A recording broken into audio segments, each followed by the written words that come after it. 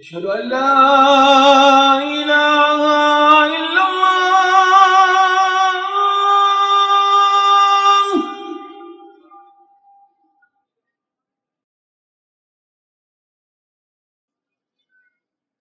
أشهد أن لا إله إلا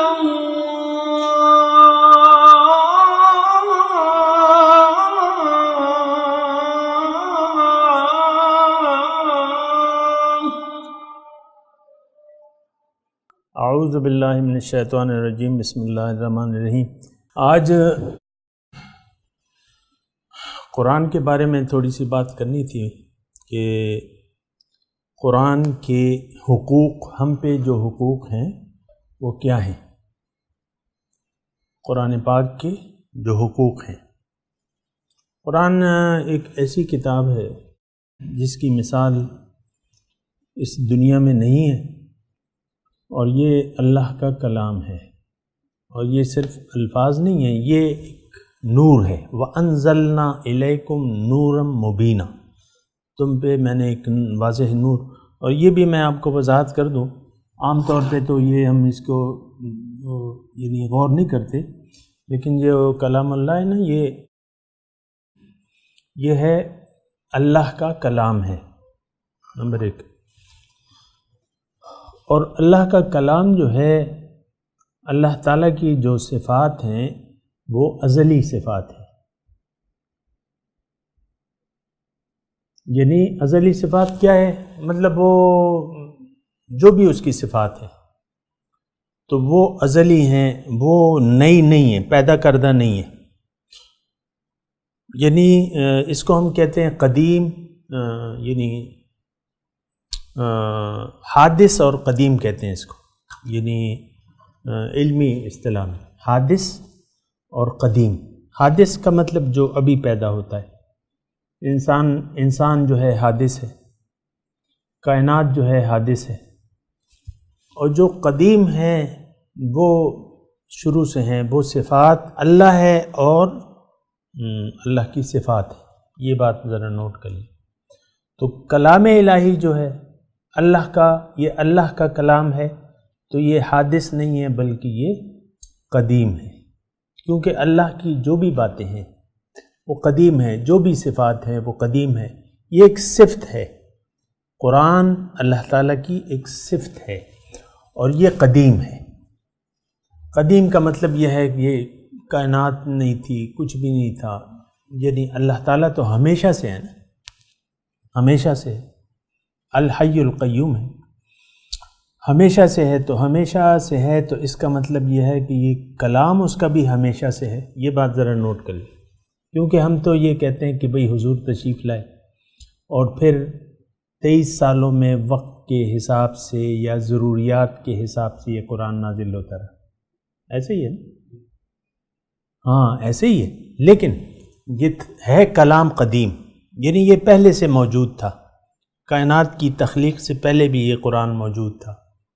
لوح محفوظ آپ اسے کہہ لیں، لوح محفوظ سے اتارا گیا ہے اسے، تنزیل من رب العالمین، رب العالمین کی طرف سے اسے نازل کیا گیا ہے۔ تو یہ ایک علمی بات ہے اور معلوماتی بات ہے کہ اس کو آپ یعنی ذہن میں ہونا چاہیے کہ کلام الہی جو ہے وہ قدیم ہے، اللہ کا کلام ہے۔ پھر یہ اللہ کا کلام ہے تو اس میں جو کچھ بھی ہے تو وہ حق ہے اور سچ ہے۔ عام طور پہ تو اب مثال کے طور پہ ابھی ہم نے وہ ایک سوال یہ ہوا تھا نا کہ بھئی انتم الاعلون ان کنتم مؤمنین، تم غالب ہوگی اگر تم مومن ہو۔ تو سوال یہ تھا، کسی نے کیا کہ یہ کوئی کرشمہ ہوگا کہ مسلمان غالب آ جائے گا یا مسلمان بن جائے گا، کوئی کرامت ہوگی، کرشمہ ہوگا، معجزہ ہوگا؟ تو ایسی بات تو نہیں ہے۔ قدیم ہے، اس میں جو کچھ بھی لکھا ہے وہ قدیم ہے۔ قدیم کے معنی آپ سمجھ گئے نا، ہمیشہ سے ہے کائنات، بس جب سے اللہ ہے، اور اللہ کب سے ہے؟ ہمیشہ سے۔ یہ بات بھی نوٹ کر لیں، اللہ تعالیٰ کوئی ایسی نہیں ہے کہ پہلے نہیں تھا اور پھر تھا، نہیں، ہمیشہ سے تھا۔ اگرچہ ہمارے ذہن جو عقل ہے وہ کام نہیں کرتی اس بارے میں، جو اس میں ماضی تاریخ کے واقعات کا ذکر ہے اس میں کلام ہاں تو وہ بھی قدیم مطلب ظاہر ہے، بس یہ تو قدیم ہے، یہ ایک ایمان رکھنا چاہیے. یہ ایک بڑا بحث و مباحثہ ہوا تھا ہارون رشید اور مامون رشید کے زمانے میں، اختلافی مسئلہ تھا، اور انہوں نے بہت تشدد بھی کیا کہ قرآن، ان کا کہنا یہ تھا کہ قرآن مخلوق ہے. اگر آپ بہرحال میں تو تاریخ تھوڑی سی پڑھتا رہتا ہوں، تو انہوں نے ہمارے بہت سے علماء پہ تشدد بھی کیا تھا، اور یہ ایک باطل نظریہ کہ قرآن مخلوق ہے، بنا ہے، پہلے نہیں تھا اب ہوا ہے، جیسے کہ کائنات پہلے نہیں تھی. تو ان کا ایک فرقہ ایسا ہے. نہیں تو بس بہرحال اس میں جو بھی حالات ہیں، یہ تو دیکھیں جہاں تک اللہ تعالیٰ کی معلومات کا تعلق ہے وہ تو قدیم ہے، علم قدیم ہے اللہ تعالیٰ کا. اس کو تو یعنی کائنات ابھی بنی نہیں تھی، سارے جنتیوں دوزخیوں کو وہ جانتا تھا، سارے لوگوں کو، ساری مخلوقات کے بارے میں ان کو پتہ تھا. کوئی پتا اپنے درخت سے کب گرے گا، یا کس پتے کی صحت کیسی ہوگی، کس درخت میں کتنا پھل آئے گا، اور کس پھل میں کیڑا لگے گا اور کس میں نہیں لگے گا، یہ اس کا علم ہے. اس کا علم تو قدیم ہے نا، یعنی عالم الغیب والشہادہ. قرآن کی ایک صفت ہے کہ وہ غیب اور یعنی ہر ایک چیز کا معلومات رکھتا ہے. وسع کرسی ولا یحیطون بشیء من علمہ، اس کے علم سے کوئی چیز وہ نہیں ہے، کوئی اس کے علم کا احاطہ نہیں کر سکتے. تو بہرحال یہ یعنی اس سے تھوڑا سا آپ کی بات سے یہ بھی سامنے آتا ہے کہ ہمیں دیکھیں اللہ تعالیٰ کی جو علم قدیم ہے اس کی آپ معلومات کو دیکھیں. یعنی بعض آیات تو ایک واقعہ آتا تو فوراً پھر آیت آ جاتی، ایسے ہوا بہت سی، لیکن ہے تو قدیم. یہ قرآن تو یعنی قدیم ہے، بس قدیم کے لفظ سے آپ مخلوق نہیں ہے، نیا نہیں بنا ہے، اس میں کوئی چیز بھی نئی نہیں ہے. یہ سارا کلام جو ہے یہ قدیم ہے، یہ ذرا ذہن میں رکھیں. بہرحال دوسری بات یہ ہے کہ قرآن پاک جو ہے آج جو ہم نے موضوع چنا ہے وہ یہ ہے کہ قرآن کے بارے میں ہم جانیں اور اس کے حقوق کا ہمیں پتہ چلے کہ اس کے حقوق کیا ہیں. اور اس کے حقوق ہم جاننے کی کوشش اس لیے بھی کریں گے کہ قرآن ہمارے لیے ہے، میرے لیے ہے اور آپ کے لیے. اور بہت سے لوگ اس کو یعنی عام طور پہ یہ امت مسلمہ جو ہے، جو بھی ہیں، تو یہ قرآن کو اپنے لیے نہیں سمجھتی، اپنے لیے نہیں سمجھتی، بس یہ ایک متبرک کتاب ہے. آج تو جو سلوک ہے قرآن سے وہ تو ایک الگ بات ہے، لیکن بات ہم قرآن کی کر رہے ہیں کہ قرآن کے حقوق کیا ہیں. اور یہ یعنی اللہ تعالیٰ نے فرمائے کہ یہ تو انسان کے لیے ہے بنیادی طور پہ. ایک بات جو ہے نوٹ ہونی چاہیے، قرآن کا موضوع کیا ہے؟ انسان.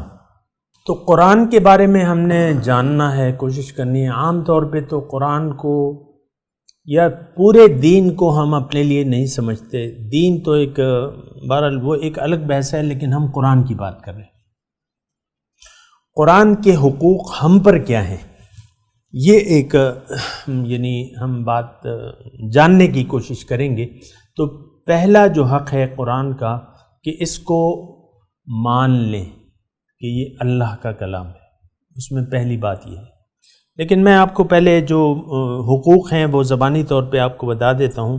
قرآن کو ماننا، اس کو مان لینا، تسلیم کر لینا. پھر اس کی تفصیلات ہیں، میں اس کے بارے میں کہتا ہوں. پھر اس کو پڑھنا، اس کا مطالعہ کرنا، پڑھنا، اس میں جاننا کہ بھئی اس میں کیا لکھا ہے اور کیا ہے کیا نہیں ہے. قرآن کو تسلیم کر لینا، مان لینا، یقین کر لینا، پھر اس کو پڑھنا. تیسرا درجہ جو ہے وہ اس کو سمجھنا ہے. یہ حق ہے قرآن کا کہ ہم اس کو سمجھ گئے. چوتھا درجہ جو ہے اس پر عمل کرنا ہے. پانچواں درجہ جو ہے اس کا حق جو ہے کہ اس کو پھیلانا. یہ 5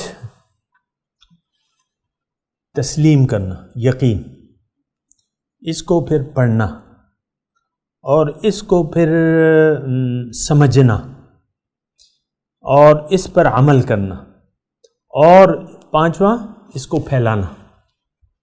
یہ 5 حقوق ہیں قرآن کے ہم پہ، یعنی اس کے متعلق ہم سے پوچھا جائے گا. حق کے متعلق پوچھا جاتا ہے ہمیشہ. کوئی بھی آپ مثال کے طور پہ ایک آفس میں ہیں تو تنخواہ آپ لے رہے ہیں تو آپ سے آپ کے کام کے بارے میں پوچھا جائے گا. جو باس ہے آپ کا، ہمیشہ یہ اصول ہے، یہ ساری مطلب جو بھی ہیں یعنی جواب دہ، آپ کو آپ جواب دہ ہیں. یعنی دنیاوی طور پہ بھی یہ معاملہ ہے کہ آپ جہاں بھی ہیں، جس حیثیت میں بھی ہیں، لیکن آپ جواب دہ ہیں. یعنی آپ کے کچھ کسی کے آپ پر کچھ حقوق ہیں اور آپ ان کے سامنے جواب دہ ہیں. مثال کے طور پہ گھر ہے، بیوی ہے، بچے ہیں آپ کے چھوٹے چھوٹے، تو ان کا حق آپ پہ ہے کہ آپ ان کو خرچہ مہیا کریں. لیکن نان نفقہ جو ہے وہ ان کو دینا، ان کا آپ پر حق ہے کہ آپ ان کا بیوی کا خرچہ پورا کرنا. مثال کے طور پہ نان نفقہ جو ہے یہ شوہر کی ذمہ داری ہے، یہ حق ہے. بیوی کا حق ہے شوہر پہ کہ وہ اس کو رہنے کی جگہ دے، کھانے کے لیے کھانا دے اور پہننے کے لیے کپڑا دے. 3 چیزیں ہیں بنیادی حقوق: رہنے کی جگہ، سر چھپانے کی جگہ، کپڑا اور خوراک. یہ نان نفقہ جسے ہم کہتے ہیں نا. تو بہرحال میں یہ کہہ رہا ہوں کہ یعنی دنیا میں آپ دیکھیں کہ ہر جگہ آپ اپنے جو آپ پر کسی کے حقوق ہیں تو آپ ان کا ایک تو احساس کرتے ہیں اور پھر ان کو پورا کرنے کی حسب توفیق کوشش بھی کرتے ہیں. ٹھیک ہے، ایسا تو نہیں ہے یعنی آپ میں سے بہت سے لوگ کام پہ کر رہے ہوں گے، یہ تو نہیں کہ آپ گھر جا کے بیٹھ جائیں کہ بھئی رزق دینے والا اللہ ہے، میں نے تو اللہ پہ توکل ہے. ایسا ہوتا ہے؟ ایسا تو نہیں ہے. یعنی آپ کے جو حقوق ہیں پھر آپ کو احساس بھی ہوتا ہے. بچے ہیں وہ والدین کے منہ کو دیکھتے ہیں. مثال کے طور پر چھوٹے بچے ہیں، وہ والد، ان کی توقع ساری والد سے ہوتی ہے. جب بھی چھوٹے چھوٹے بچے ہوتے ہیں تو وہ کہتے ہیں کہ ابو میرے لیے کیا لائے. ہوتے ہیں نا چھوٹے کہ بھئی ابو آئیں گے اور کچھ لائیں گے، اور پھر وہ توقع رکھتے ہیں کہ آپ کچھ لائیں گے ان کے لیے، کوئی بھی چیز ہو. تو بہرحال تو یہ یعنی بچوں کے حقوق آپ پر ہیں اور وہ آپ سے توقع رکھتے ہیں. یہ میں مطلب چھوٹی بات کر رہا ہوں، مثال کے طور پہ کر رہا ہوں، سمجھنے کے لیے کر رہا ہوں کہ جن کا آپ پر حق ہے وہ آپ سے پھر یہ توقع کرتے ہیں کہ آپ اس حقوق کو پورا کریں. آ رہی ہے سمجھ میں بات؟ کہ آپ ان کو پورا کریں. مثال کے طور پہ بچے ہیں ہمارے سامنے تو وہ تعلیم حاصل کر رہے ہیں، کھانا کھا رہے ہیں، رہ رہے ہیں. اب ان کا یہ یعنی باپ پہ جو حق ہے وہ تو ہے، لیکن اب ان پہ اپنی ذمہ داری یہ ہوتی ہے کہ بھئی جو بھی مثال کے طور پہ آپ کو بچے کو اسکول میں ڈال دیا گیا تو بچے کی ذمہ داری ہے کہ شوق سے پڑھے، دل لگا کے پڑھے، اپنا کام صحیح کرے، ادھر ادھر نہ پھرے. تو یہ دونوں بہرحال مختصر اس تمام گفتگو کا خلاصہ یہ ہے کہ جو اگر آپ یعنی کلام الہی کی میں بات کروں، کلام الہی کے ہم پر کچھ حقوق ہیں اور ہم سے اس کے بارے میں پوچھا جائے گا. یہ وہ تصور ہے جو عام طور پہ نہیں ہے. قرآن ہے میرے لیے، آپ کے لیے، تو کیا اس کے بارے میں ہم سے پوچھا نہیں جائے گا؟ یعنی یہ ایک بات بھی سمجھنے کی ضرورت ہے کہ قرآن کے جو حقوق ہیں، جو 5 میں نے بیان کیا ہے، اس کو تسلیم کرنا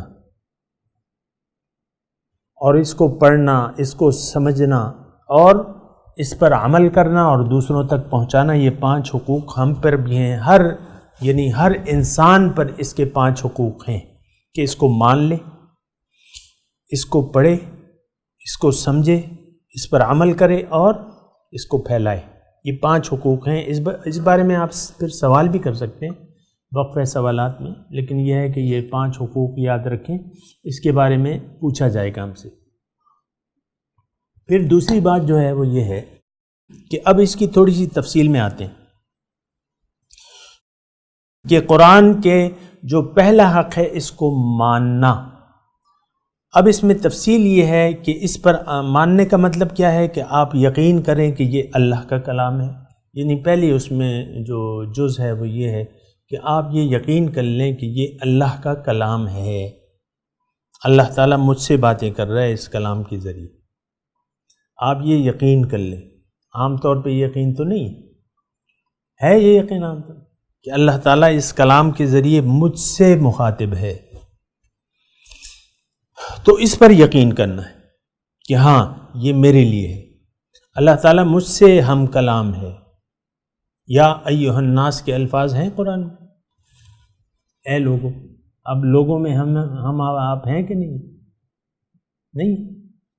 ہیں. اے لوگوں. یا ایھا الناس پہلا جو قرآن میں حکم آیا ہے نا. آپ سورہ بقرہ دیکھیں. قرآن جب شروع ہوتا ہے تو آپ دیکھیں کہ پہلا جو وہ ہے تو جو حکم ہے وہ یا ایھا الناس سے شروع ہوتا ہے. یا ایھا الناس اعبدوا یا ایھا الناس اعبدوا ربکم الذی خلقکم والذین من قبلکم لعلکم تتقون. یہ پہلا حکم ہے قرآن. اے لوگوں مخاطب ہے. میں صرف یہ کہہ رہا ہوں کہ مجھ سے مخاطب ہے. پھر تو ایمان والے کبھی مختلف لوگوں کا تذکرہ نام لے کے اللہ پاک. لیکن جو پہلا قرآن میں طرز تخاطب ہے وہ کیا ہے؟ اے لوگو. تو لوگوں میں میں اور آپ شامل ہیں کہ نہیں ہیں؟ اس پر یقین کرنا میرے لیے ہے. مجھ سے مخاطب ہے اللہ تعالیٰ. قرآن میرے لیے ہے. یہ یقین کر لینا کہ ہاں. مثال کے طور پہ آپ کا ایک دوست ہے. میں آپ کو ایک چھوٹی سی مثال دیتا ہوں. آپ کا ایک دوست ہے, بیرون ملک رہتا ہے, آپ کی اس سے بات چیت ہوتی رہتی ہے. وہ ایک وائس میسج آپ کو بھجواتا ہے. Voice message. تو آپ اس میسج کو, یعنی کیا یہ ہو سکتا ہے کہ آپ اپنے دوست کے میسج کو کھول کے نہ پڑھیں, اس کو نہ سمجھیں, اس کو نہ سننے کی کوشش کریں, نہ جاننے کی کوشش کریں کہ اس میں کیا ہے. مثال کے طور پہ ایک دوسری مثال میں کہتا ہوں کہ آپ کا ایک دوست ہے اور واقعی وہ قریبی دوست ہے, لیکن آپ میں اور اس میں فرق یہ ہے کہ وہ اردو نہیں جانتا اور آپ چینی زبان نہیں جانتے. جب اردو زبان نہیں جانتا لیکن وہ ہے آپ کا دوست, آپ کو ایک لیٹر, آپ کو ایک میسج, پرنٹڈ میسج جو ٹیکسٹ آپ کو بھجوائے گا چینی زبان میں. کون سی زبان میں؟ چینی. تو اب یہ آپ کا چونکہ وہ خاص دوست ہے اور ہر فائدے کی وہ بات آپ کے لیے کرتا ہے, اور دوسری بات یہ ہے کہ وہ بہت زیادہ مالدار ہے اور بہت زیادہ فیاض ہے, اور آپ اس کے 2-3 دوست اور بھی ہیں مردان میں, اور وہ ان کو میسج کے ذریعے کچھ خاص خفیہ کوڈ دیتا ہے کہ بھئی اس میں کوڈ ہے, اس میں تم یہ لگا لو اور فلانے بینک کو جا کے بتا دو تو وہ تمہیں 5 لاکھ روپے دے دیں گے. ایسی مثالیں بھی آئی ہیں. تو وہ یہ ہوتا ہے نا, یہ ویسٹرن یونین یا جو بھی ہوتا ہے, وہ ایک کوڈ بھجواتے ہیں. تو اب آپ کو یہ ساری باتیں معلوم, بہت مالدار ہے, بہت داد و دہش رکھتا ہے, بہت فیاض ہے. اس کا ایک میسج آتا ہے, آپ کے منہ میں پانی آ جاتا ہے. کیا؟ پانی. رال یار بس کام ہو گیا. اب کیا ہو سکتا ہے کہ آپ نہ اس میسج کو کھولیں, نہ پڑھیں, نہ سمجھیں, نہ اس کے کوڈ کو. ایسا ہو سکتا ہے؟ نہیں ہو سکتا ایسا. تو دیکھیں تقریباً یہ میں نے آپ کو مثالیں دیں. یہ قرآن, یہ تو آپ یعنی ہم زبانی طور پہ تو مانتے ہیں کہ یہ کامیابی کی بات ہمیں بتاتا ہے اور کامیابی کی طرف لے جاتا ہے. اللہ تعالیٰ نے قرآن میں خود فرمایا ان ھذا القرآن یہدی للتی ہی اقوم, یہ قرآن وہ راستہ بتاتا ہے جو سب سے زیادہ سیدھا ہے۔ دوسری جگہ اللہ تعالیٰ فرماتا ہے کہ وَأَنَّ هَٰذَا صِرَاطِي مُسْتَقِيمًا فَاتَّبِعُوهُ، کہ یہ قرآن جو ہے سیدھا راستہ بتاتا ہے اور یہ میرا راستہ بتاتا ہے، تم اس راستے پر چلو گے تو مجھ تک پہنچ جاؤ گے۔ تو بہرحال دیکھیں، ہمارا مقصود دنیا میں آنے کا دنیا نہیں بلکہ آخرت ہے۔ ہماری منزل دنیا نہیں ہے، ہماری منزل آخرت ہے۔ اب آخرت کی کامیابیاں، لیکن اس میں یہ ہے، یعنی یہ بات میں بتاتا چلوں کہ جو بھی آخرت کی کامیابی کو اپنی منزل بنا لیتا ہے، اللہ تعالیٰ اسے دنیا کی کامیابیاں بھی عطا کرتا ہے۔ یعنی وہ دنیا اور آخرت میں کامیابیاں سمیٹ لیتا ہے۔ لیکن اگر کوئی اس میسج کو نظر انداز کر دے تو دنیا اور آخرت کی شرمندگی کا اس کو سامنا کرنا پڑے گا۔ یہ بات ذرا نوٹ کر لیں، اس پہ آپ پوچھ بھی سکتے ہیں کہ بھئی یہ کیسے۔ تو بہرحال کیا اس کو مان لینا کہ یہ اللہ کا کلام ہے، اور پھر دوسری بات یہ مان لینا، یعنی ماننے میں تفصیل یہ ہے کہ آپ اس کو اپنے لیے مانیں کہ یہ میرے لیے ہے، اور پھر یہ یقین ہو کہ یہ ایک کامیابی کا راستہ مجھے بتاتا ہے۔ اس میں کوئی شک و شبہ ہے کہ یہ قرآن ایک کامیابی کا راستہ بتاتا ہے؟ کوئی شک و شبہ ہے؟ زبانی طور پہ تو یعنی ہمیں کوئی جہنم کا راستہ تو نہیں بتاتا، جنت کا راستہ بتاتا ہے۔ اور جنت کب ہے؟ کل۔ کب ہے؟ ہم تو بہت دور سمجھتے ہیں۔ انہم یرونہم بعیدم ونراہ قریبا، اللہ تعالیٰ فرماتے ہیں یہ تو بہت دور سمجھتے ہیں، ہم تو اسے قریبی سمجھتے ہیں۔ تو جنت آج دنیا ہے، کل جنت ہے، یہ بات ذرا نوٹ کر لیں۔ بس آنکھیں بند ہوئی نہیں اور جنت کی طرف سے کھڑکی آپ کی کھلی نہیں۔ حضور نے فرمایا نا کہ قبر جو ہے وہ تو یا دوزخ کے گڑھوں سے ایک گڑھا ہے یا جنت کے باغیچوں سے ایک باغیچہ ہے۔ تو بہرحال مرنا تو بس کل مرنا ہے، ہم نے آج زندگی ہے دنیا کی، کل آخرت کی زندگی شروع ہو جائے گی، حساب کتاب بھی شروع ہو جائے گا۔ حضور صلی اللہ علیہ وسلم فرماتے ہیں من مات فقط قامت قیامتہ، جو مر گیا اس کی قیامت قائم ہو گئی۔ تو بہرحال اخروی زندگی آپ کی شروع ہو جاتی ہے مرنے کے فوراً بعد، کیونکہ آپ سے اختیار لے لیا جاتا ہے اور آپ کو عذاب و ثواب کا سامنا شروع ہو جاتا ہے۔ تو یہ ہے کہ قرآن ایک تو ہم مان لیں کہ یہ اللہ کا کلام ہے اور میرے لیے ہے اور میری کامیابی کے لیے ہے اور مجھے کامیابی کا راستہ بتاتا ہے، اس پر یقین کرنا ہوگا۔ یہ سارے یقین آج کے معاشرے میں نہیں ہیں۔ ہم سمجھتے ہیں کہ دین کو لے لیں گے تو ہم مصیبت میں پڑ جائیں گے، عام طور پہ ہر طریقے سے ہم پہ فرق آئے گا، یہ ہم سمجھتے ہیں ایسا ہے۔ اور یہ تصور جو ہے وہ کافروں کا تھا۔ وَقَالُوا إِن نَتَّبِعِ الْهُدَىٰ مَعَكَ نُتَخَطَّفْ مِنَ الْأَرْضِ، کہتے تھے کہ اگر ہم اے محمد صلی اللہ علیہ وسلم آپ کے ساتھ یہ ہدایت کی اتباع کریں، ہمیں لوگ اچک لیں گے، ہوائی میں اچک لیں گے۔ تو وہ یہ ایسا سمجھتے تھے ان کا، اور ہمارا وہی خیال ہمارا ہے، تبھی تو اس طرف آتے نہیں ہیں نا لوگ، دین کی طرف اسی لیے نہیں آتے کہ بھئی ہمیں اپنی خواہش، ہماری آزادی جو ہے وہ ختم ہو جائے گی۔ یعنی انسان اپنی خواہشات کا غلام بننا چاہتا ہے اور بنا رہنا چاہتا ہے، اللہ کی غلامی کو قبول کرنے کے لیے کوئی تیار، بولیے، تو میں ویسے زبردستی بلوا رہا ہوں نا آپ سے، اللہ کے سامنے سر جھکانے کے لیے کوئی تیار نہیں ہے، اپنی خواہشات کہ گلے پہ چھری پھیرنے کے لیے کوئی تیار نہیں۔ ہاں بکرا تو آپ ذبح کر لیں گے، وہ قصائی کہے گا نا جب آؤ آپ چھرا چلاؤ، وہ ذبح تو ہم کر لیں گے، لیکن خواہشات نفس کا گلا گھونٹنے کے لیے کوئی تیار نہیں ہے۔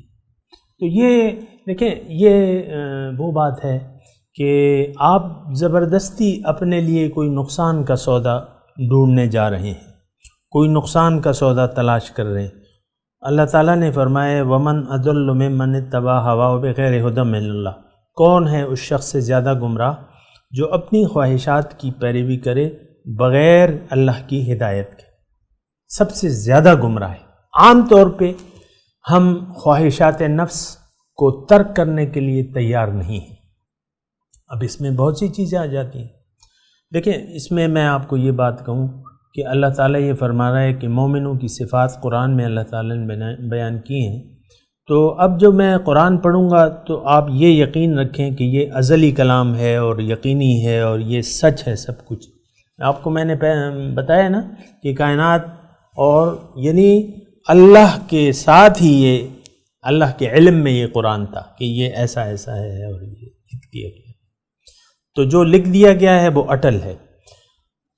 تو پھر اللہ تعالیٰ یعنی اس میں ایک ضمنی طور پہ یہ بات کروں کہ یہ بات چیت جو ہے یہ حکمتوں کی بات ہے، مجلس ہے، حکمتیں ہم بیان ہو رہی ہیں اور ہم جاننے کی کوشش کر رہے ہیں۔ تو اس میں ایک نقطہ جو ہے ضمنی طور پہ یہ ہے کہ انسان کی کامیابی کا دار و مدار جو ہے صرف ایک نقطے میں ہے، ایک نقطہ، وہ یہ ہے کہ آپ اپنی خواہش کو ترک کر دیں، خواہشات کو ترک کر دیں، خواہشات نفس کو چھوڑ دیں، بس یہ کامیاب ہے۔ ابھی میں نے وہ آیت پڑھی تھی درس میں، وَأَمَّا مَنْ خَافَ مَقَامَ رَبِّهِ وَنَهَى النَّفْسَ عَنِ الْهَوَىٰ، پڑھی تھی نہیں آیت کہ جو اپنے رب کے سامنے کھڑے ہونے سے ڈرا اور اپنے نفس کو خواہشات کے اتباع سے بچا لیا، وَنَهَى النَّفْسَ عَنِ الْهَوَىٰ۔ اب وہ بات قرآن کی اور میں نے جو آپ کو بات کی ایک سی ہے کہ نہیں ہے؟ ایک نقطہ ہے، خواہشات نفس کو ترک کر دینا۔ دیکھیں، اللہ کی غلامی بہتر ہے کہ نفس کی غلامی بہتر ہے؟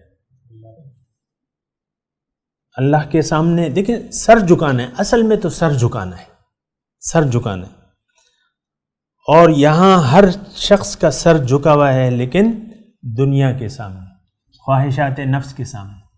عام طور پہ آپ دیکھیں دنیا منزل ہے، اور دنیا کی کامیابی کو ہی ہم بہت سی اکثریت جو ہے وہ دنیا کی کامیابی کو اصل کامیابی گردانتی ہے۔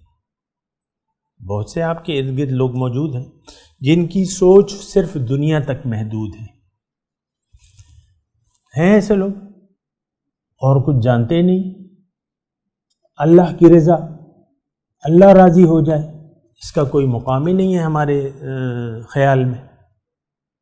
جو خواہشات نفس کے پیچھے چل رہے ہیں، اللہ تعالیٰ آپ سے راضی ہو جائے، یہ ان کا کوئی منزل ہی نہیں ہے، کوئی مقصد، اس کی کوئی اہمیت ہی نہیں ہے۔ آپ دیکھیں، آپ یہ سوچیں اور مجھے بتائیں کہ آج کے لوگ جو ہیں، جو بھی ہم ہیں جو مسلمان کہلاتے ہیں یا امت مسلمہ کا نام لے دوں میں، کہ یہ لوگ جو ہیں امت مسلمہ، ان کو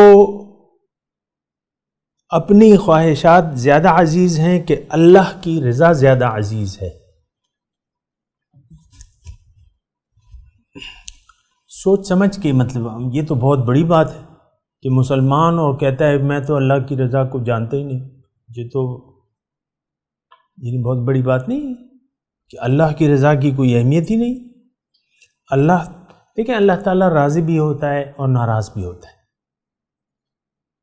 رضی اللہ عنہم ورضوا عنہ، یہ الفاظ آئے ہیں، یا ایتھا النفس المطمئنۃ ارجعی الی ربک راضیۃ مرضیہ، رضی اللہ عنہم، یہ ایسے الفاظ آئے قرآن۔ ابھی میرے پاس زیادہ وقت ہوتا تو میں آپ کو قرآن پاک کھول کے سورہ بینہ میں ہے یہ مضمون، اور بہت سی جگہ ہے۔ تو بہرحال تو اللہ کی رضا جو ہے وہ اصل ہے، اور اللہ کے سامنے اگر ہم نے سر جھکا دیا تو اس میں بہت بڑی کامیابی ہے۔ لیکن جو ضمنی طور پہ میں بات کر رہا تھا آپ کو، وہ یہ ہے کہ خواہشات یہ قرآن کو ہم تسلیم کر لیں کہ یہ میرے لیے ہے، ایک بات، اللہ کا کلام ہے، اللہ مجھ سے ہم کلام ہے، اس کی آپ تفصیل پھر مانگ سکتے ہیں، مجھ سے ہم کلام ہے، میرے لیے ہے، مجھ سے ہم کلام ہے، مجھ سے بات کر رہے ہیں اللہ تعالیٰ۔ اللہ سے بات کرنی ہے تو آپ دیکھیں حضور صلی اللہ علیہ وسلم راتوں کو اٹھ کے جو ہے قرآن پڑھا کرتے تھے کہ نہیں پڑھا کرتے؟ سورہ مزمل میں دیکھ لیں کہ فقرؤوا ما تیسر منہ، جو میسر ہو، ان ربک یعلم انک تقوم ادنی من ثلثی اللیل ونصفہ وثلثہ، ان ربک یعلم انک تقوم ادنی من ثلثی اللیل ونصفہ وثلثہ وطائفۃ من الذین آمنوا معک واللہ یقدر اللیل والنہار علم ان لن تحصوا فتاب علیکم فقرؤوا ما تیسر منہ۔ یعنی قرآن کو حضور پڑھتے تھے یا وہ جو ان کے ساتھ تھے وہ لوگ ایسے پڑھتے تھے کہ ان کو خبر ہی نہیں ہوتی تھی، پھر جہان کی خبر نہیں ہوتی تھی،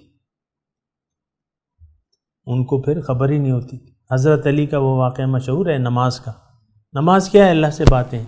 جب آپ ہاتھ اٹھاتے ہیں تو اس کا مطلب یہ ہے کہ سب چیز سے آپ ہاتھ اٹھا کے اللہ کے حضور نیت باندھ لیتے ہیں، اللہ کے حضور، اور پھر ڈائریکٹ بات چیت شروع ہو جاتی ہے تثنیے سے، سبحانک اللہم، یہ سارے مخاطب کی صیغے، اے اللہ تو پاک ہے۔ اور پھر جو سورہ فاتحہ ہے یہ بھی اللہ تعالیٰ سے براہ ایاک نعبد و ایاک نستعین، اس میں آپ صیغہ دیکھ لیں، یہ مخاطب کا صیغہ ہے، اللہ سے مخاطب۔ بہرحال تو وہ حضرت علی کی میں بات کر رہا تھا، حضرت وہ لوگ جو تھے ان کی جو تھی کامل نماز کامل تھی۔ حضرت علی کی کمر میں ایک تیر لگ گیا، ایک جنگ میں تیر لگ گیا کمر میں، اس کو نکالنے میں، چونکہ آپ کو معلوم ہے وہ تیر کی وہ جو ہوتی ہے نوک ہوتی ہے، پھر وہ دو شاخیں ہوتی ہیں اس کے پیچھے، جب نکالو تو پھر وہ تکلیف ہوتی تھی ظاہر، تو وہ تکلیف برداشت نہیں ہوتی تھی تیر نکالنے سے۔ کسی نے کہا کہ بھئی یہ نماز، ٹھہر جاؤ ذرا، نماز کے لیے جب جائیں تو پھر نکال لینا۔ تو گئے، اذان ہوئی، نماز کے لیے کھڑے ہوئے، لوگوں نے تیر نکال لیا، ان کو پتہ ہی نہیں چلا، ان کو پتہ ہی نہیں چلا۔ تو یہ ہوتا ہے، یہ ہم کلامی ہوتی ہے، یہ اللہ کا کلام ہے اور اللہ مجھ سے ہم کلام ہے، یہ یقین کر لیں تو کتنا مزہ آئے گا۔ اب ٹرمپ بہادر کسی کو بلا لیں، ٹرمپ آج کل امریکہ بہادر کے صدر ہیں، اور وہ دعوت نامہ بھیج دیں کہ بھئی آپ آ جائیں اور کچھ بات چیت کرنی ہے، کتنے آپ خوش ہوں گے۔ پھر تیاریاں، یہ وہ پینٹ، کیونکہ وہ قومی لباس میں تو ہم جا نہیں سکتے، ٹرمپ بہادر کے سامنے پینٹ پتلون پہننا ہوگا، بنوانا ہوگا، تو یہ ساری، تو یہ دیکھیں، یہ صرف میں وہ کہہ رہا ہوں کہ ہم کلامی ہے یہ اللہ، اپنے اللہ سے بات چیت کرنی ہے۔ اور یہ ساری آپ قرآن کو اٹھا کے دیکھ لیں، سورہ فاتحہ سے قرآن شروع ہوتا ہے، اور پھر اللہ تعالیٰ نے متقین کی صفات بیان کی ہیں، ذالک الکتاب لا ریب فیہ ھدی للمتقین الذین یؤمنون بالغیب ویقیمون الصلاۃ اولئک علی ھدی من ربہم واولئک ھم المفلحون۔ بہرحال ایک یہ اللہ کا کلام ہے اور میرے لیے ہے، یہ دو یقین آپ نے حاصل کرنے ہیں۔ یہ حق ہے کہ آپ اسے تسلیم کر لیں، یہ بھی حق ہے کہ آپ اپنے لیے اسے جانیں، یعنی یقین میں آپ، یعنی دو کہ اللہ کا کلام ہے، پھر یہ کہ یہ میرے لیے ہے۔ تو جب آپ کا یہ یقین آ جائے گا تو پھر اس میں جو کچھ ہے اس کی آپ کی نظر میں کوئی اہمیت پیدا ہو جائے گی۔ اچھا، پھر یہ ہے کہ اگرچہ یہ عربی زبان میں ہے تو اب عربی زبان میں یعنی اس کو اب آپ نے پڑھنا ہوگا سیکھنے کے لیے۔ یہ جو ہم بچہ جاتا ہے اسکول میں الف ب ت یا 1 2 3، تو اس کا یہ مقصد نہیں ہوتا، اس کا مطلب آگے جو کلاسیں آنے والی ہیں اس کے بارے میں یہ علم حاصل کر، یہ معاشرتی علوم کا علم ہے، یہ سائنس ہے، یہ جو بھی ہے، یہ ہنسوں سے آگاہی یا الفاظ سے آگاہی، یہ اس لیے ہوتی ہے، یہ مقصد نہیں ہوتا۔ یہ مقصد تک پہنچنے کا ایک ذریعہ ہوتا ہے جو ابتدائی کلاسیں ہوتی ہیں. تو یہ ہے کہ آپ پھر جو آگے مضامین ہیں قیمتی مضامین اس کو آپ سمجھ سکیں. تو بہرحال قرآن کو پھر پڑھنا سمجھنے کے لیے پڑھنا اور سمجھ کر پڑھنا، یہ دونوں چیزیں میں نے مکس کر دی. آپ اس کو سمجھیں. اب یعنی اس کو آپ نے پڑھنا بھی ہے اور پڑھ کے پھر سمجھنا بھی ہے. تو پڑھنا ظاہر ہے یعنی تلاوت، الذین یتلون کتابہ حق تلاوتہ اولئک یؤمنون بہ. وہ لوگ، اللہ تعالیٰ فرمائے وہ لوگ جو اس کتاب کی تلاوت کرتے ہیں جیسا کہ اس کا حق ہے، ان لوگوں کا ایمان ہے اس پر، ان لوگوں کا اس پر. اولئک یؤمنون بہ الذین یتلون، دیکھیں میں آپ کو الفاظ سے بھی آپ سمجھیں. یتلون تلاوت کرتے ہیں کتاب اللہ کی کتاب کو، حق تلاوتی اولئک یؤمنون بہ، یہ لوگ جو ایسا کرتے ہیں یہ لوگ اس پر یقین رکھتے ہیں. تو تلاوت کتاب سے مطلب یعنی یہ ہے کہ آپ اس کو سمجھ کر پڑھیں. پھر اس میں تعلیم کی بات آتی ہے کہ آپ قرآن کی تعلیم بھی حاصل کریں، یعنی پڑھیں اور پھر کسی سے اس کی تعلیم حاصل کریں. اب ہر شخص کے لیے عربی سمجھنا تو مشکل ہے، تو اس کی پھر تعلیم کی. قرآن میں لکھا کیا ہے کسی سے پڑھیں، کسی سے سمجھیں، خود نہیں سمجھنا آپ نے. خود آپ قرآن کا ترجمہ پڑھ لیں یا تفسیر پڑھ لیں، اس سے آپ کو کچھ حاصل نہیں ہوگا. وہ شاعر نے کہا ہے کہ نا کہ جب تک تیرے دل پہ نہ ہو نزول کتاب، گرا کشا ہے ناراضی نہ صاحب کشاف. تیرے دل پر جب تک کتاب کا نزول نہ ہو تو گرا کشا کا مطلب یہ ہے کہ آپ کی گرہیں جو ہیں، سوچ و سمجھ کی گرہیں کھل نہیں سکتی، اور وہ کسی بھی تفسیر سے. گرا کشا ہے ناراضی نہ صاحب کشاف، یہ بڑی بڑی تفسیریں ہیں، اس سے آپ کی وہ یعنی وہ نہیں ہوں گی. تو دل پہ نزول کتاب. اب دل پہ نزول کتاب کیسے ہوگا؟ کہ آپ کسی صاحب قرآن سے قرآن سیکھیں. یہ بہت اہم بات ہے. صاحب قرآن سے قرآن سیکھنے کی کوشش کریں جو صاحب قرآن ہو. صاحب قرآن کا مطلب کیا ہے کہ حضرت علی فرماتے ہیں القرآن کتاب صامت وانا کتاب ناطق. قرآن خاموش کتاب ہے، میں بولتی ہوئی کتاب ہوں. تو حضرت علی صاحب قرآن بن گئے کہ نہیں بن گئے؟ پھر امی عائشہ سے کسی نے پوچھا کہ بتائیں امی جان بتائیں کہ کیف کان خلق رسول اللہ صلی اللہ علیہ وسلم، کہ میرے رسول کا جو خلق تھا، اخلاق کیسے تھے ان کے. تو انہوں نے کہا کہ تم نے قرآن نہیں پڑھا؟ اما قرأت القرآن، نہ پڑھا تو ہے. کان خلقہ القرآن. تو امی جان نے کہا کہ ان کا خلق تو قرآن تھا، یعنی صاحب قرآن تھے. وہ جو قرآن ہے وہ جو قرآن میں لکھا ہے وہ عملی اس کا ایک نمونہ تھے. تو بہرحال یہ صاحب قرآن سے قرآن سیکھنا جو ہے یعنی لازم ہے. یہی طریقہ ہے قرآن کو. اور میں آپ کو قرآن سے بھی یہ بات بتاتا ہوں کہ رسول کی جو ڈیوٹیاں ہیں، کما ارسلنا فیکم رسولا منکم من انفسکم یتلو علیکم آیاتنا وَيُعَلِّمُكُمُ الْكِتَابَ وَالْحِكْمَةَ وَيُزَكِّيكُمْ. رسول کی ڈیوٹیاں اللہ تعالیٰ نے بیان کی ہیں کہ جس طرح میں نے تمہیں میں سے میں نے رسول بھجوائے، کما ارسلنا فیکم من انفسکم، تمہارے میں تھے. وہ کیا کرتے تھے؟ تلاوت کتاب کرتے تھے. حضور کا عام جو وعظ ہوتا تھا وہ قرآن تھا. آپ کو یہ معلوم ہونا چاہیے. کسی بھی مکے کی دور میں کسی کو بھی دعوت دیتے تھے، قرآن سناتے. بہت سے واقعات ہیں، ابھی میرے پاس وقت نہیں. قرآن وذکر بہی، اس کے ذریعے تم نصیحت کرو، وذکر بہی، اس کے ذریعے. تو بہرحال یہ وہ ہیں، تفصیلات ہیں، باقی زیادہ ہو جائیں گی. تو میں یہ کہہ رہا ہوں کہ آپ نے قرآن سیکھنا ہے صاحب قرآن سے. یہ صرف الفاظ نہیں ہیں، اس کے اندر روح موجود ہے، اس کے اندر ایک نور موجود ہے. تو کسی نورانی شخص سے آپ نے قرآن سیکھنا ہوگا، یہ بات ذرا نوٹ کر لیں. کیونکہ دو یعنی ایک تو وہ اہل ظاہر ہیں اور ایک اہل باطن ہے. تو قرآن تو ظاہر بھی ہے اور باطن بھی ہے. تو آپ نے اس کو اہل باطن سے، جن کے پاس ظاہر بھی اور باطن بھی ہو، صرف ظاہر والوں سے آپ نہیں سیکھ، اس کی روح کو آپ نہیں سمجھ سکتے. ٹھیک ہے؟ تو قرآن کو ماننا کہ یہ اللہ کا کلام ہے، اور دوسرا یہ کہ یہ میرے لیے ہے. ٹھیک ہے؟ میرے لیے ہے، یعنی اس کا آپ مکمل آپ کو یہ احساس ہونا چاہیے، یہ میرے لیے ہے. دیکھیں ہم میں سے ہر شخص جو ہے، اب یہاں کتنے اشخاص بیٹھے ہیں؟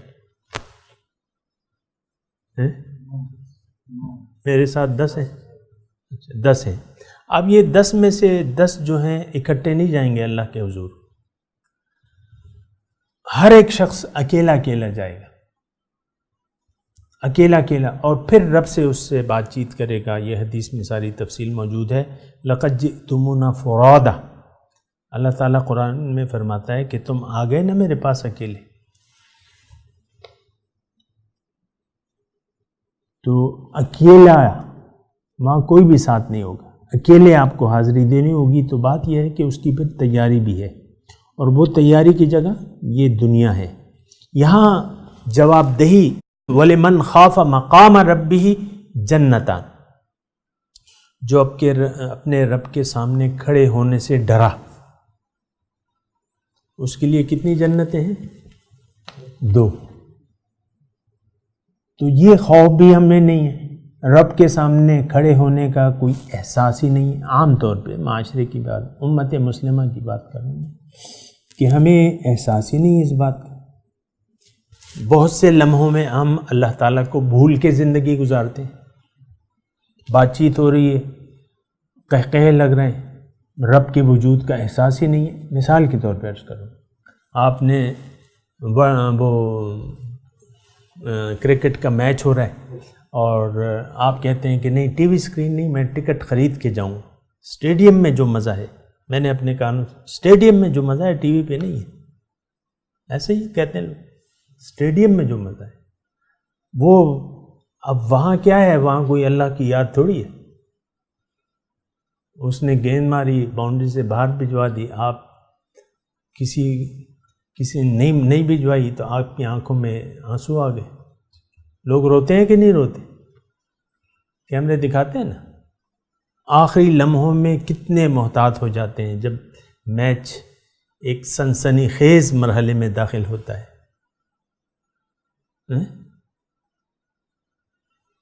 یعنی مثال کے طور پہ 1 رن ہے، اس پہ 6 بال کی ضرورت ہے. تو اب دیکھیں اسٹیڈیم کے سامعین کا، ناظرین کا کیا حال ہوگا. انڈیا کا اور پاکستان کا میچ ہے، پاکستان کے پاس 4 رن درکار ہیں. چلو 4 رن درکار ہیں اور 1 بال ہے. تو سارا آپ دیکھیں نا وہ کیمرہ، وہ ذرا تصور تو کریں آپ، کتنی غفلت اور کتنی اللہ تعالیٰ سے دوری، اور اس کا آپ ذرا اندازہ لگائیں. اور پھر کیمرہ دکھاتا ہے کہ بھئی کیا لوگ ہاتھ اٹھا کے دعا مانگ رہے ہیں، اور وہ بھی پھر کہتے ہیں کہ قوم کی دعائیں رنگ لائیں. جب جاوید میاں چھکا مارتے ہیں نا، قوم کی دعائیں رنگ لائیں. اب یہ ساری قوم اس پہ جمع ہو گئی ہے کہ بھئی ایک گیند کو باؤنڈری کے پار پہنچا دو. اس سے وہ ہماری آپ غفلت کا اندازہ لگائیں. یہ ساری جو ہے لہو و لعب ہے. دین کو ہم نے کھیل تماشا بنا لیا. اس میں دین کہاں ہے؟ کرکٹ کے میچ میں کوئی دین ہے؟ کوئی شائبہ ہے دین کا؟ لیکن کتنا شوق ہے، کتنا بخار چڑھ جاتا ہے. چڑھتا ہے کہ نہیں چڑھتا؟ قوم کرکٹ کے بخار میں مبتلا ہے، یہ الفاظ بھی آتے ہیں نا، اور ہر ایک جو پہلے میچ سے لے کر آخری میچ تک وہ بخار قائم رہتا ہے آپ کا۔ یہ بخار کبھی نہیں چڑھتا کہ بھئی قرآن کو ہم نے اب قرآن میرے لیے ہے، میں نے کیا سلوک کیا ہے قرآن کے ساتھ، یہ کوئی بخار چڑھتا ہے؟ اس کا کوئی سوچ ہے، کوئی اندازہ ہے؟ اللہ تعالیٰ مجھ سے راضی ہے، ناراض ہے، یہ تو ہو سکتا ہے نا۔ یعنی اس وقت تو یا تو اللہ تعالیٰ ہم سے راضی ہے یا ناراض ہے۔ مثال کے طور پہ عرض کر رہا ہوں، یہ اللہ کی رضا تو آپ کی 24 گھنٹوں پر حاوی ہونی چاہیے، ہر لمحے جو ہے آپ کو اللہ کی یاد ہونی چاہیے، اور اللہ تعالیٰ کی رضاؤں کے لیے آپ کو جینا ہے اور مرنا ہے، لیکن وہ ہمارا کوئی گول ہی نہیں۔ اللہ تعالیٰ کی رضاؤں کو حاصل کرنا یا اس کی رضا کو حاصل کرنا اور اس کو جیت لینا، یہ بھی تو ایک وہ ہے نا کہ اللہ کی رضا کو میں نے جیت لیا، اللہ کو راضی کر لیا میں نے۔ صحابہ کرام کو حضور صلی اللہ علیہ وسلم نے یہ تصور دیا تھا۔ دیکھیں یہ وہ بات ہے جو میں آپ سے کہہ رہا ہوں، یہ جو دین کی اصل ہے، حضور صلی اللہ علیہ وسلم نے صحابہ کرام کو یہ تصور دیا تھا کہ تم نے اللہ کو راضی کرنا ہے۔ وآخر دعوانا ان الحمد للہ رب العالمین۔